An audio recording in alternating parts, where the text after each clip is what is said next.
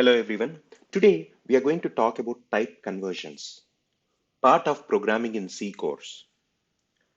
In C programming, type conversion is the process of converting a value of one data type to a value of another data type. There are two types of conversions, implicit conversion and explicit conversion. Implicit type conversion, also known as type coercion.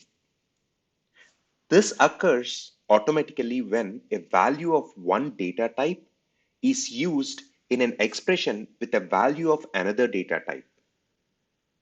For example, when a float value is assigned to an int variable, the decimal part of the float value is truncated to produce the int value. Explicit type conversion, also known as typecasting. This occurs when a programmer uses a typecast operator to explicitly specify the desired data type of a value. For example,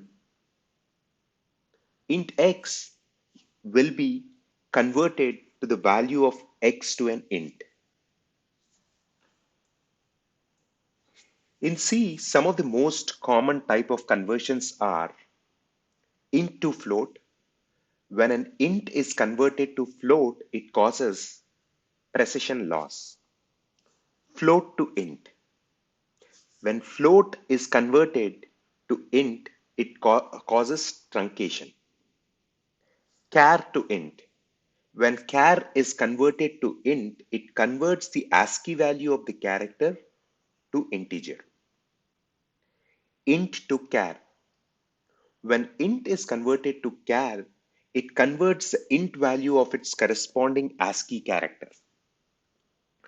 It is important to note that type conversion can cause loss of precision or data and should be used with caution. Hope this was helpful. Thank you for watching.